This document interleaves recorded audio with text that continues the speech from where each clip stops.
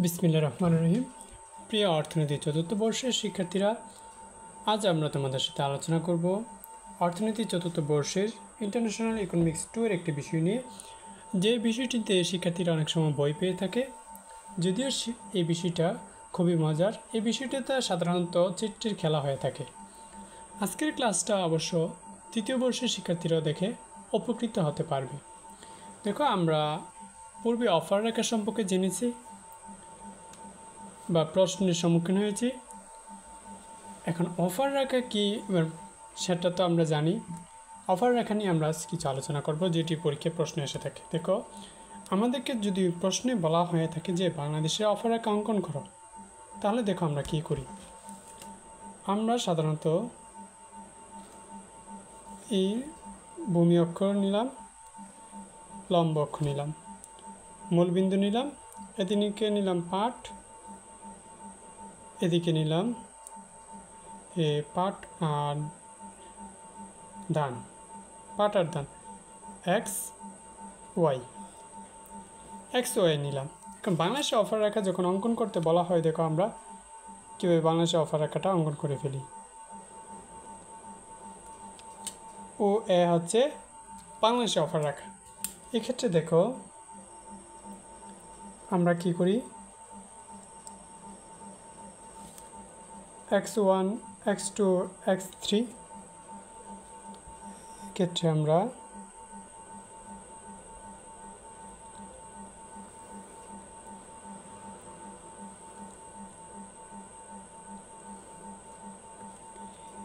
এই P1 P2 P3 আপেক্ষিক দাম রেখা অঙ্কন করি এবং এ ভি সি রেখা নিই। এখানে দেখা যায় যে ও এ বাংলাদেশে অফার রেখা, P1 P2 P3 হচ্ছে আপেক্ষিক দাম রেখা। তাহলে বাংলাদেশ দেখো ও x1 পরিমাণ ধান রপ্তানি করে, এ x1 পরিমাণ পাট আমদানি করে থাকে। ঠিক একইভাবে ও x2 পরিমাণ থেকে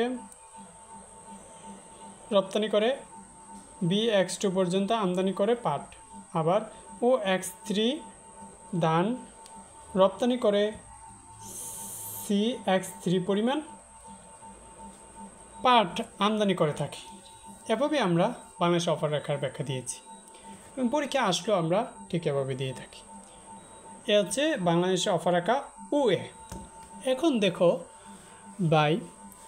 বাংলাদেশে অফার রেখা তো আমরা অঙ্কন করলাম, বুঝিয়ে দিলাম, চিত্র অঙ্কন করলাম। অর্থনীতি ছাত্র হিসাবে আমাদের জানা দরকার না ও এটা আসলো কীভাবে। অবশ্যই জানা দরকার যে ও এটা আসলো কীভাবে। হয়তো বা কোনো পরীক্ষায় আসতে পারে বা না আসতে পারে, তবে আমাদের জেনে রাখা দরকার যে ও এটা আসলো কীভাবে। এটা হচ্ছে আমাদের আজকের ক্লাসের মূল বিষয়বস্তু। এখান থেকে অঙ্ক আর উত্তর করা যায়, প্রশ্নের উত্তরে এতটুকুই করা যায়, এতটুকু করলেই তুমি নাম্বার পাবে, এতে বেশি দেওয়া লাগে না। কিন্তু ও এটা আসলো কীভাবে, দেখো আমরা ও এটা দেখো আনতেছি। এই আমরা নিলাম ভূমি অক্ষ, তারপর নেব লম্ব অক্ষ। লম্ব অক্ষে পাট, ভূমি অক্ষে ধান, ওয়াই এক্স ওয়াই নিলাম।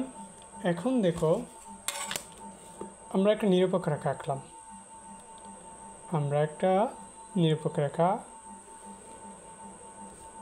ইনডিফারেন্ট কার্ভ আইসি আঁকলাম। প্রিয় শিক্ষার্থীরা, আমরা একটা আইসি অঙ্কন করলাম। আইসি অঙ্কন করার পর দেখো আমরা এবার মূল টপিক্সে যাই। দেখো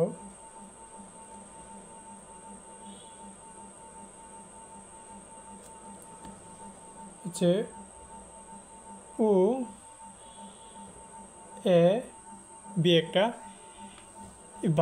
বাংলাদেশের উৎপাদন সম্ভাবনা রেখা, অর্থাৎ PPP production possibility curve, PPC production possibility curve, উৎপাদন সম্ভাবনা রেখা আঁকলাম। আঁকার পরে দেখো এখানে এল বিন্দুতে মিলিত হয়েছে, আইসি রেখার এল বিন্দুতে মিলিত হয়েছে। এখন দেখো আমরা পর্যায়ক্রমে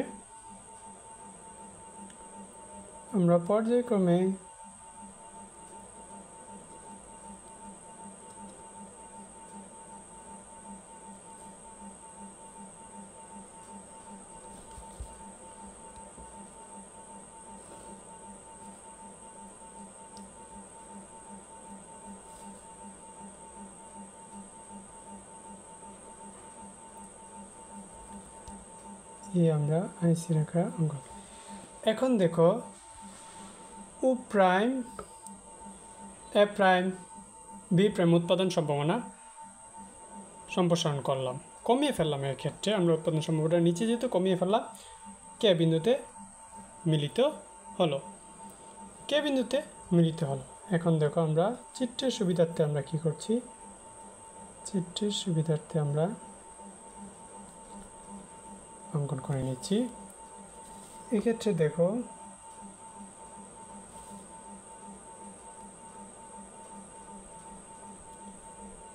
এই উৎপাদন সম্ভাবনা রেখাটা আমরা বৃদ্ধি করছি, উৎপাদন সম্ভাবনা রেখাটা আমরা বৃদ্ধি করছি। তাহলে দেখো আমাদের দেখা যাবে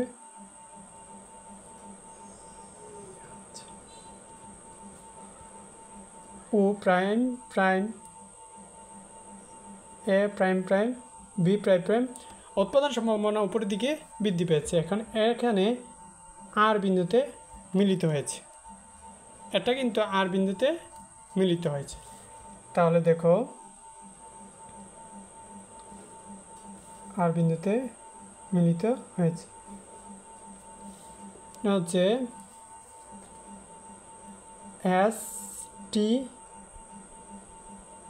ভি ডব্লিউ।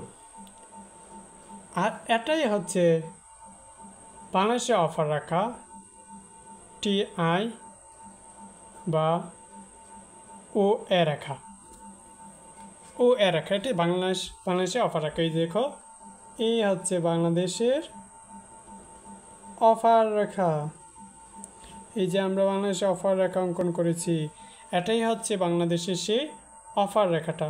এখন এখানে যুক্তিটা কি দেখো, বাংলাদেশ পাট উৎপাদন করে, ধান উৎপাদন করে, দেখো ভূমিকে যে ধান উৎপাদন করে আর এস পরিমাণ, ধান উৎপাদন করে আর এস পরিমাণ, কিন্তু ভোগ করে দেখো বাংলাদেশ ভোগ করে আটটি পরিমাণ ভোগ করে, বাকি টিএস পরিমাণ রপ্তানি করে দিই, ভারতে রপ্তানি করে দিই। বাংলাদেশ পাট ভোগ করে আর ডব্লিউ পরিমাণ পাট ভোগ করে, কিন্তু বাংলাদেশ উৎপাদন করে কতটুকু দেখো, বাংলাদেশ উৎপাদন করে আর বি পরিমাণ উৎপাদন করে, ভিডব্লিউ পরিমাণ বাংলাদেশ ভারত থেকে পাট রপ্তানি করে, আমদানি করে থাকে, বাংলাদেশ আমদানি করে থাকে ভিডব্লিউ পরিমাণ। এক্ষেত্রে টিএস ইকুয়াল ভিডব্লিউ হয়ে থাকে, অর্থাৎ ধান যতটুক আমদানি করে, ধান যতটুক রপ্তানি করে, পাট ততটুক আমদানি করে থাকে। আমরা এতটুক পাটের বিনিময়ে টিএস ধানের বিনিময়ে ভিডব্লিউ পাট রপ্তানি করছি। আর এটাই হচ্ছে যে অফার রেখা, যে রেখার প্রতিটি বিন্দু দুটি দ্রব্যের সংমিশ্রণে এক দেশের উৎপাদিত পণ্যের উপর অন্য দেশের চাহিদাকে অফার রেখা বলা হয়। এখন দেখো আমাদের টিএস ধানের বিনিময়ে আমাদের দেখো ভারতের ভিডব্লিউ পাটের চাহিদা করে থাকি আমরা, এই টিএস পরিমাণ ধানের বিপরীতে আমরা ভিডব্লিউ পরিমাণ পাটের চাহিদা করে থাকি। এটা হচ্ছে বাংলাদেশের অফার রেখা।